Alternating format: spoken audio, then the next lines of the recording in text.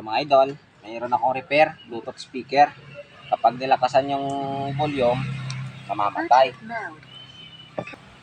O, susubukan natin sa minimal volume 3. Pag nilakasan natin, wala nakikita.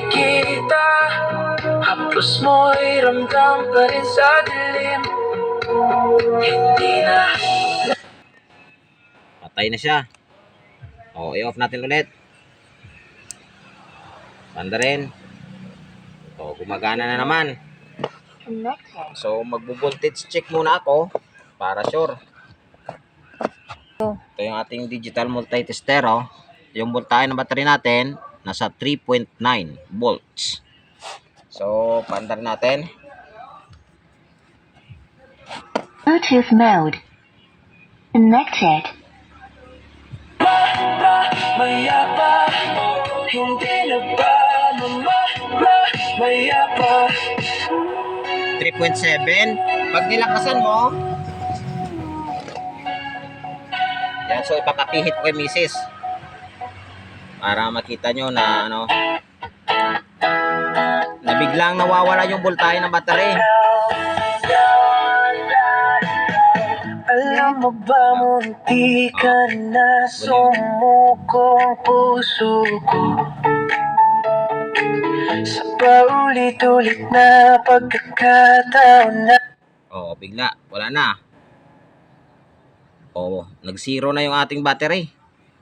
Wala na siyang ano, kahit na nag-ano tayo dito, naka-on yan. Mag-ano tayo, mag-voltage check. Yan oh, wala. Oh.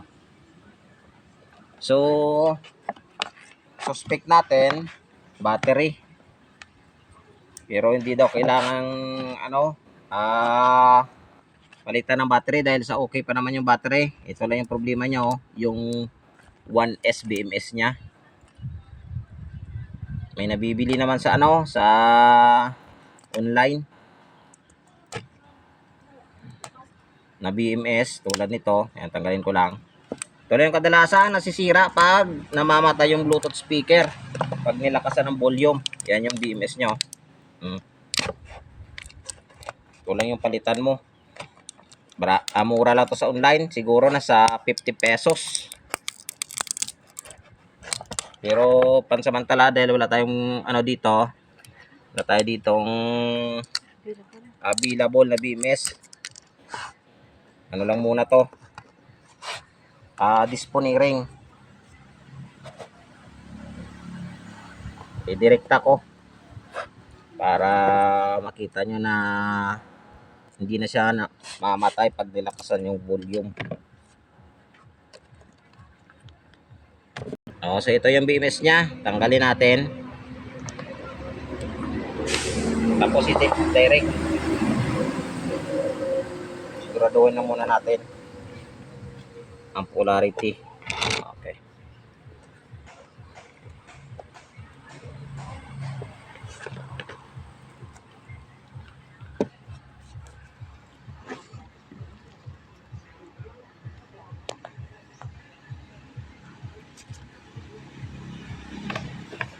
Shout out kay Nonoy Hans Di Mateo, ang viewers natin ngayong araw.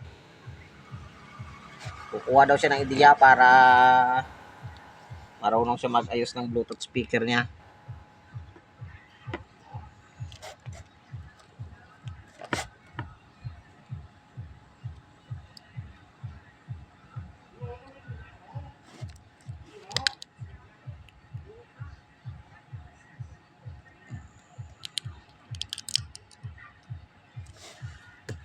Moment of truth. Bluetooth mode. Connected.